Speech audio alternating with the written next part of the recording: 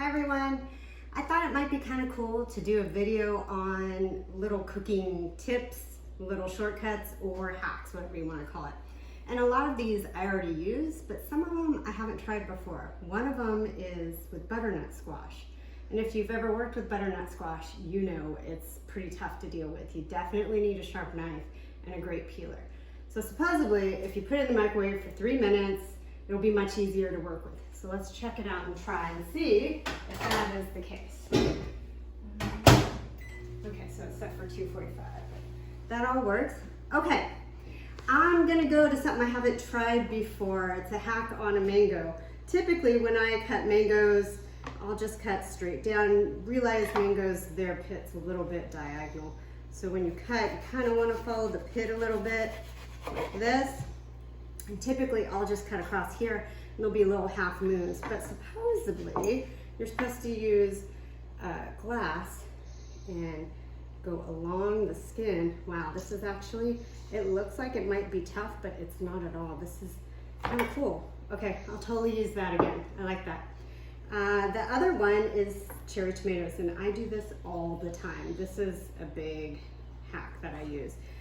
And I don't always use a lid. You should always use a lid, hold it tightly, and then you just cut straight across. Of course, you want a serrated knife, and you just cut straight across, holding it tightly, and boom, your cherry tomatoes are done. And if anyone's worked with cherry tomatoes, they can be a pain if you have to use a lot of them and slice them. The next one is an avocado, and I do this one a lot too because, well, in California, it's a huge staple in our cooking, huge. And in fact, most of you already are comfortable with what you do with an avocado, but this is what I do. So I just cut straight through like this, pull it off, and then for this part, I just use a spoon, and boom.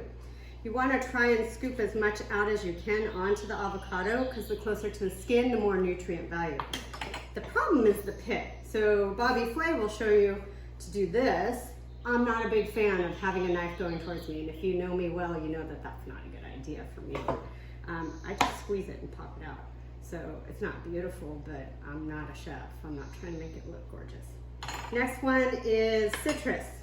When you have citrus, no matter if it's a lime or an orange or whatever, if you're juicing it, you want to roll it. So rolling it will help break down the fibers and release the juices.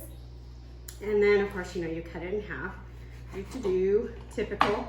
And if you were to use this guy, you would put it straight in. But what I just learned, and now I'm using, you cut off the edge like that.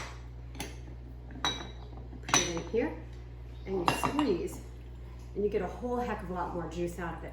And then the cool thing is with the leftover lemon, you take the top, and if you have a toothpick, which I don't, but if you do, you place it in here and keep it on there, and it keeps the lemon nice and fresh, and it doesn't dry out. The other hack that I like to use, we'll get the butternut squash in a minute, is with herbs. So if you have cilantro or parsley, as you can see, I just threaded it through the colander, and when you pull it, it's a little hard to pull it when it's lifted like that. Straight like that, you have just the leaves and no stems. So that one I thought was really super cool. All right, so let's check this out and see if this works. It's kind of warm. Actually, it smells good. All right, let's see. Yeah, it's still hard. I don't know if it really makes a difference. I'm not sure I'd use that. Maybe I'd cook it longer. Wasn't quite 3 minutes, so maybe that makes a big difference. Okay, sweet potato. I do this all the time. Cut off the ends. This was scrubbed and washed, by the way, rinsed.